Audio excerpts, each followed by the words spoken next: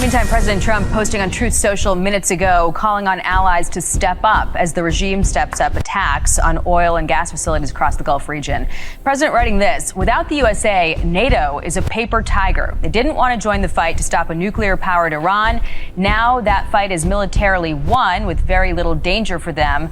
They complain about high oil prices they're forced to pay, but don't want to help open the Strait of Hormuz, a simple military maneuver that is the single reason for the high oil prices. So easy. Did you hear that? That was not calm leadership. That was pressure, blame, and desperation. And it tells you something bigger. When a president starts calling allies weak, trust is already breaking. Reuters reported that several U.S. allies had no immediate plans to help reopen Hormuz. Reuters also reported war risk insurance costs in the Gulf surged dramatically. That means markets heard danger, not confidence. Here is what most coverage misses. You cannot insult allies for months, then demand military help overnight. You cannot talk tough, then act shocked when partners hesitate. And when they hesitate, Americans pay. You pay at the gas pump. You pay in higher shipping costs. You pay if another Middle East war grows wider, so stay with me.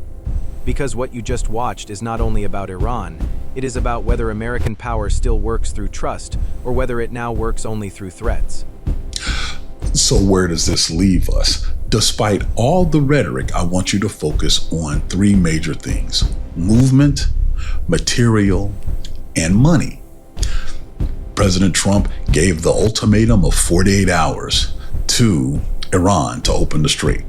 Well, then of course he comes out and says, okay, we're going to extend it 5 days because the talks that have been going on between Iran and the United States has been great. I have a very simple question. Who the hell are you talking to? Iran themselves have said, you're not talking to us. Then they tried to leak out that it was the Speaker of Parliament that they were talking to, and he flatly denied it. So who are you talking to? Or is this merely a story that's fabricated to try to calm down the surging oil price? That line was the key to this whole story. Movement, material, money. Here is what they are not telling you. A waterway does not need a formal closure to trigger damage. Fear can do the job. Insurance can do the job. Risk can do the job. The U.S. Energy Information Administration says the Strait of Hormuz carried about 20 million barrels a day in 2024. That is about 1/5 of global petroleum use. It also carried about 1/5 of global LNG trade, mostly from Qatar. So when shipping risk jumps, the shock moves fast. Reuters reported war risk premiums surged by more than 1,000% in some cases. That is not a headline for traders alone. That is a warning for every household budget. What this actually means for you is simple. Higher transport costs can hit fuel. They can hit food. They can hit inflation again. And that is why the speaker's formula matters. Do not watch only speeches. Watch the ships. Watch the insurance rates. Watch the military posture. Because numbers do not spin. Markets do not clap. They react.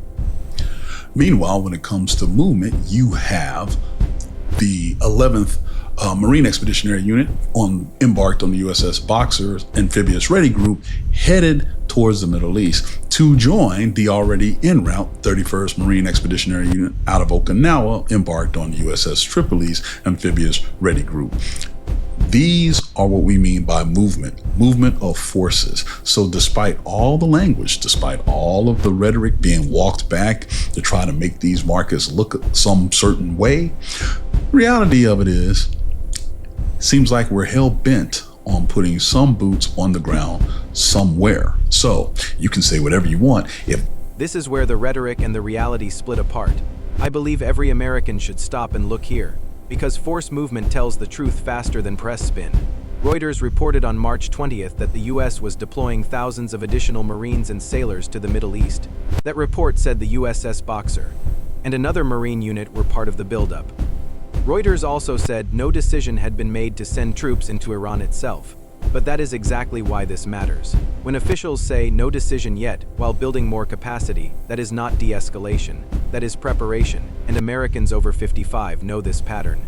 We have seen it before. First it is protection, then it is deterrence, then it is limited action. Then the mission grows. This is outrageous because the public deserves plain English. If force posture is rising, say so. If risks are rising, say so. Do not sell people peace while moving pieces for a larger war. Out of desperation, the United States is trying to beg its allies, the same ones that have been dissed for the last year, the same ones that have had trash talked about them to their face for the last year, trying to drag them into this. And they're saying no. It's so bad that Bahrain is trying to go to the United Nations Security Council to ask for additional help to clear the shipping lanes at the Strait of Hormuz. And the United States is backing them. Why? Because contrary to the rhetoric, the United States cannot, quote, open the Strait of Hormuz by itself. It's not even about capability, which is lacking. It's really about will, the effort, the amount that it would take, the boots on ground that it. That final point is the one you should remember. Not the swagger, not the slogans. The reality, and the verified reality, is serious enough. Reuters reported several allies had no immediate plans to send ships. Britain said reopening Hormuz would require a collective plan congressional researchers called the Strait, a critical choke point for oil, gas, and global trade. So here is my opinion. A government that talks bigger than it plans is dangerous. A government that insults allies, then needs them, is weaker than it admits. And a media culture that treats warlike theater fails the public. This is not about cheering one side's rhetoric. It is about demanding truth before costs rise further. It is about refusing another blank check for chaos. And it is about defending democratic accountability before more Americans pay for elite recklessness. Stay alert, stay angry, but stay grounded in facts, because fear can be manipulated. Truth cannot. Shipping lanes at the Strait of Hormuz.